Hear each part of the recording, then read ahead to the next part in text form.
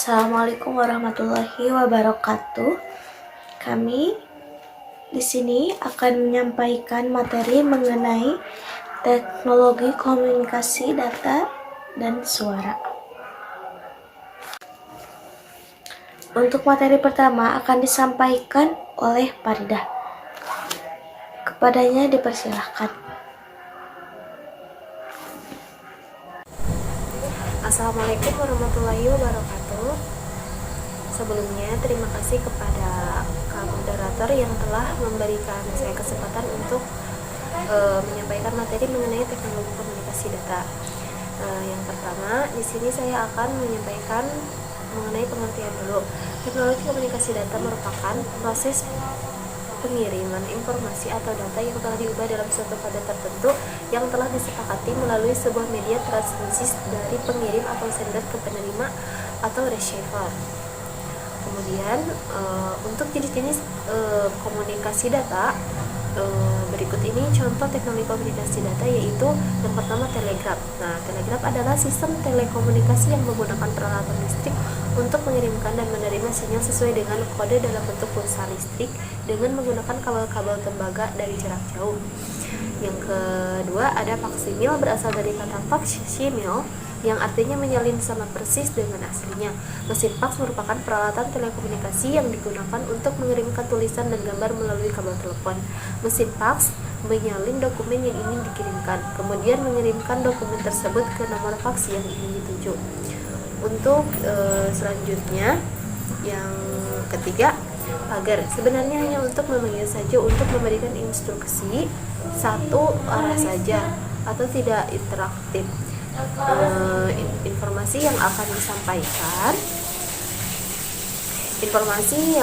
disampaikan direkam oleh operator dan ditransformasikan dalam bentuk tulisan, kemudian disampaikan ke mesin pagar.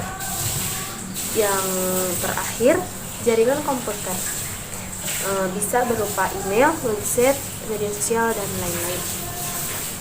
Untuk selanjutnya kita ke tujuan komunikasi data. Tujuan dari komunikasi data antara lain, yang pertama, memungkinkan pengiriman data dalam jumlah besar, efisien, tanpa kesalahan, dan ekonomis dari suatu tempat ke tempat yang lain. Yang kedua, memungkinkan penggunaan sistem komputer dan peralatan pendukung dari jarak jauh atau remote computation. Yang ketiga, memungkinkan penggunaan komputer secara terpusat maupun secara tersebar sehingga mendukung manajemen dalam hal kontrol, baik desentralisasi maupun sentralisasi. Yang keempat, mempermudah kemungkinan pengelolaan dan pengaturan data yang ada dalam berbagai macam sistem komputer. Selanjutnya kita lanjut ke cara menjaga data dalam sistem komunikasi data. Yang pertama, pastikan media transmisi tidak rusak. Yang kedua, pastikan alamat IP yang mau dikirim benar. Yang ketiga, lindungi kabel-kabel dari binatang perusak. Yang keempat, letakkan kabel-kabel di tempat yang aman. Yang kelima, selalu rutin scan virus, rekomendasi sehari 2 kali. Yang keenam, HDD yang digunakan tidak boleh bed sektor. Yang ketujuh, agar lebih baik, HDD yang digunakan tidak dicampur dengan game. Ini membuat file menjadi lemot. Yang selanjutnya kita masuk ke hambatan ketika melakukan komunikasi data. Ada 3 hambatan. Yang pertama, hambatan yang bersifat teknis, yaitu pesan tidak dapat utuh diterima receiver. Yang kedua, hambatan bahasa, yaitu pesan yang kita kirimkan tidak dapat ditafsirkan secara sempurna oleh receiver. Yang ketiga, hambatan bola salju, yaitu pesan semakin lama semakin membesar. Untuk selanjutnya, terima kasih untuk mengenai materi teknologi komunikasi data. Sekian, terima kasih. Wassalamualaikum warahmatullahi wabarakatuh. Terima kasih kepada Faridah yang telah menyampaikan materinya. Semoga bermanfaat bagi kita semua. Amin ya rabbal alamin. Untuk menyampaikan materi selanjutnya akan disampaikan oleh Sipa. Kepada Sipa dipersilahkan untuk menyampaikan materi lanjutan dari Faridah. Terima kasih kepada moderator yang telah memberikan kesempatan kepada saya untuk menyampaikan materi. Kita lanjutkan saja materinya, yaitu yang kedua, pengertian komunikasi suara. Teknologi komunikasi suara merupakan jenis komunikasi yang paling umum digunakan, berupa informasi yang disampaikan melalui perantara suara untuk didengar.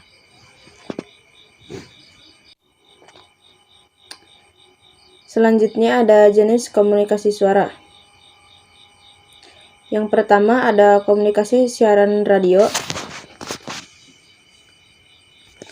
atau radio broadcasting. Informasi dipancarkan ke segala arah dan siapapun diperbolehkan menerima informasi tersebut. Contoh radio. Yang kedua ada komunikasi radio amatir, yaitu informasi dipancarkan ke segala arah tetapi jumlah pengirim dan penerima informasi terbatas pada mereka yang mempunyai izin beroperasi. Contoh orari.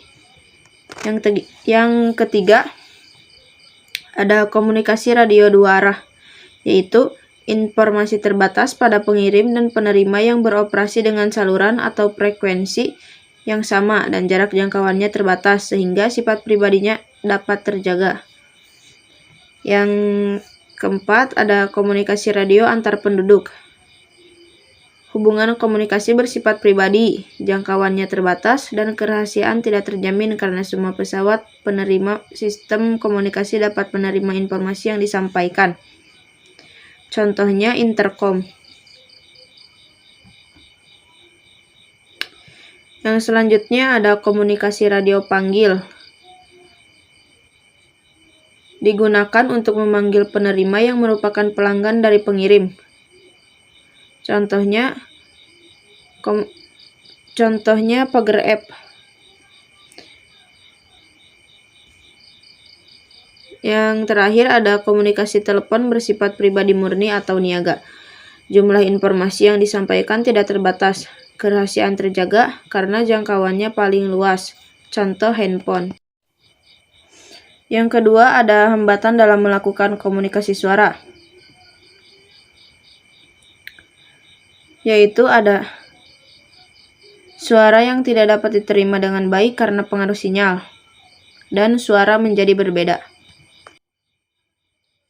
Selanjutnya ada ciri-ciri komunikasi suara.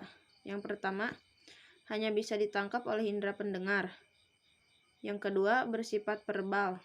Yang ketiga, tidak adanya visualisasi. Yang keempat, adanya media penghantar suara. Yang kelima, dapat dilakukan hanya pada jarak tertentu. Selanjutnya, dapat dimengerti. Yang ketujuh, memiliki frekuensi. Yang kedelapan, digunakan untuk menyampaikan informasi. Dan yang terakhir, informasi yang dikirim dapat diterima.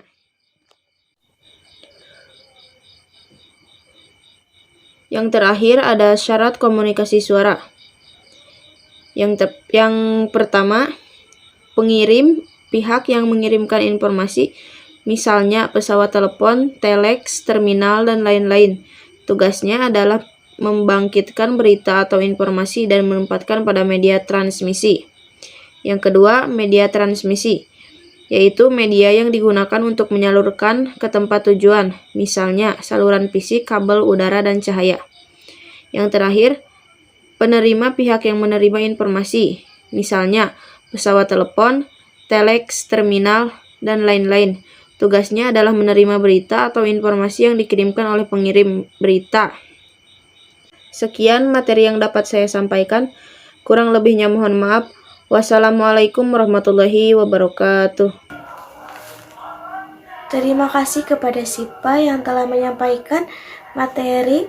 Semoga bermanfaat bagi kita semua. Amin ya rabbal alamin. Selanjutnya kita lanjutkan kepada sesi tanya jawab. Apakah ada pertanyaan? Assalamualaikum warahmatullahi wabarakatuh. Saya Salma Febrianti. Saya izin bertanya, apa itu tujuan komunikasi data? Terima kasih kepada Salma yang telah memberikan pertanyaan. Untuk pertanyaannya akan dijawab oleh Faridah. Baik, izin menjawab. Sebelumnya terima kasih kepada Kak Salma yang telah memberikan pertanyaannya. Untuk pertanyaannya mengenai tujuan komunikasi data. Untuk jawabannya, tujuan dari komunikasi data sendiri itu supaya kita untuk memungkinkan pengiriman data dalam jumlah besar, efisien, tanpa kesalahan dan ekonomis dari suatu tempat ke tempat yang lain. Kurang lebih seperti itu. Terima kasih. Terima kasih atas jawabannya, saya puas. Terima kasih kepada Farida yang telah menjawab pertanyaan dari Salma. Semoga jawabannya bermanfaat bagi kita semua. Amin ya rabbal alamin. Untuk presentasi yang kami sampaikan cukup sekian. Terima kasih. Wassalamualaikum warahmatullahi wabarakatuh.